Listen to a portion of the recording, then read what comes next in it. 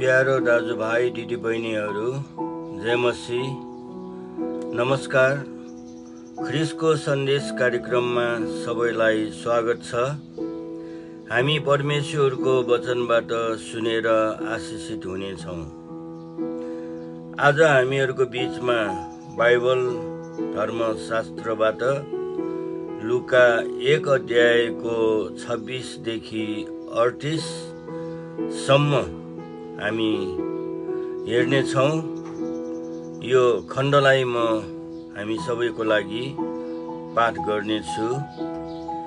यो खण्डमा शीर्षक लेखिएको छ, येशूको जन्मको भविष्यवाणी। 6औं महिनामा परमेश्वरले गब्रिएल स्वर्गदूतलाई गलिलको नासरत नाउँको सहरमा पठाउनु भयो। तिनी एउटी कन्या केटी कहाँ गए, जसको मगनी दाउदका घरानाको एसोप भन्ने एकजना मानिससँग भएको थियो। त्यस कन्याको नाउँ मरियम थियो। स्वर्गदूतले तिनी कहाँ गएर भने, हे कृपा पात्र, तिमीलाई अभिवादन, परमप्रभु तिमीसँग हुनुहुन्छ। तर तिनी त्यस कुराले साह्रै विचलित भइन् र यो कस्तो किसिमको अभिवादन हो भनी मनमा सोच्न लागिन्। स्वर्गदूतले तिनलाई भने, नडराऊ मरियम, किनभने तिमीले परमेश्वरबाट कृपा पाएकी छौ। अब हेर, तिमीले गर्भधारण गर्नेछौ र एउटा छोरो जन्माउने छौ र तिमीले उहाँको नाउँ येशू राख्नेछौ। उहाँ महान हुनुहुनेछ र परम प्रधानका पुत्र कहलाइनु हुनेछ र परमप्रभु परमेश्वरले उहाँलाई उहाँका पुर्खा दाउदको सिंहासन दिनुहुनेछ।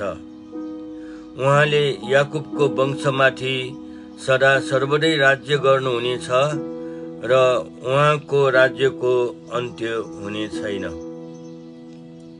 मरियमले स्वर्गदूतलाई भनिन्, यो कसरी हुन सक्छ, किनकि म एक कन्या हुँ।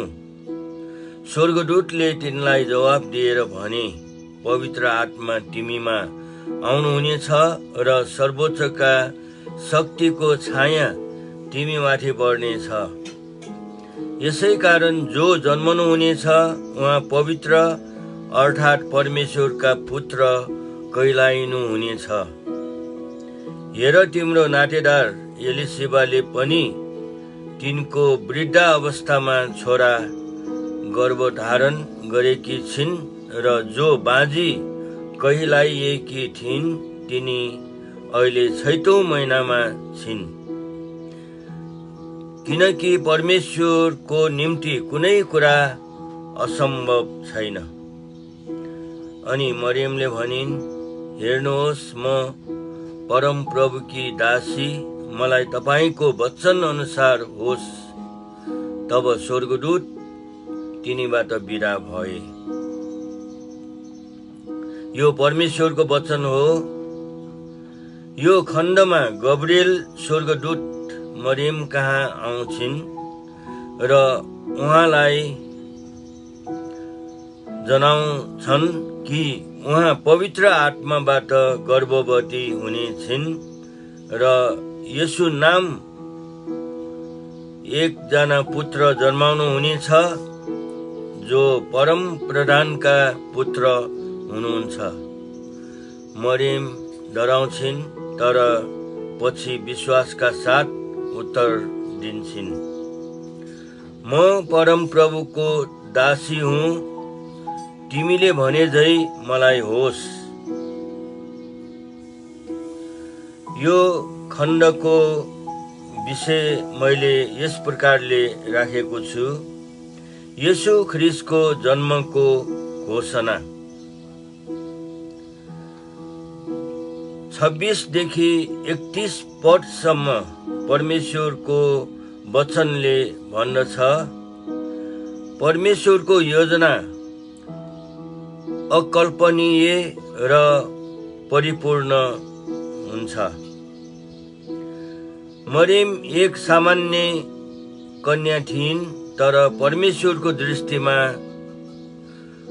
असाधारण पात्र बनिन्। परमेश्वर कहिलेकाहीँ हामीलाई त्यो सोचभन्दा बाहिरको योजना दिनुहुन्छ जुन हामीले बुझ्न सक्दैनौँ, तर विश्वास आवश्यक हुन्छ। 32 देखि 33 पद वचनले भन्दछ, येशूको परिचय अद्वितीय र दिव्य हो। येशू केवल एउटा बच्चा होइन, यहाँ परम प्रधानको पुत्र र सदैवको राजा हुनुहुन्छ। स्वर्गीय सन्देश पृथ्वीमा आएको घोषणा हो। परमेश्वरको राज्य हाम्रो माझमा छ। 34 देखि 38 पद वचनले भन्दछ, विश्वासद्वारा उत्तर दिने हृदय परमेश्वरलाई प्रिय हुन्छ। मरियमले प्रश्न गरिन्, तर अविश्वासले होइन, बुझ्नको लागि। अनन्त उहाँले आफूलाई पूर्ण रूपले परमेश्वरको इच्छा अनुसार समर्पण गरिन्। यो विश्वासको चरम अभिव्यक्ति हो। प्रिय दाजुभाइ दिदीबहिनीहरू, गब्रिएल स्वर्गदूतले मरियमलाई स्वर्गको योजना सुनाए। यस्तो योजना जुन असम्भव लाग्दो थियो, तर पवित्र आत्माको शक्तिद्वारा सम्भव बन्यो। आज पनि परमेश्वर हामीलाई सबैलाई बोलाइरहनु भएको छ। हामी प्रत्येकलाई फरक फरक तरिकाले। प्रश्न यो हो, के हामी मरियम झै उत्तर दिन्छौ? हामीले मरियमले जस्तै उत्तर दिन सक्नु पर्छ अनि हामीहरूको बीचमा परमेश्वरले काम गर्न सक्नुहुन्छ। मरियमले यसरी भन्नुभएको छ, म प्रभुको दासी हुँ, तिमीले भने झै मलाई होस्।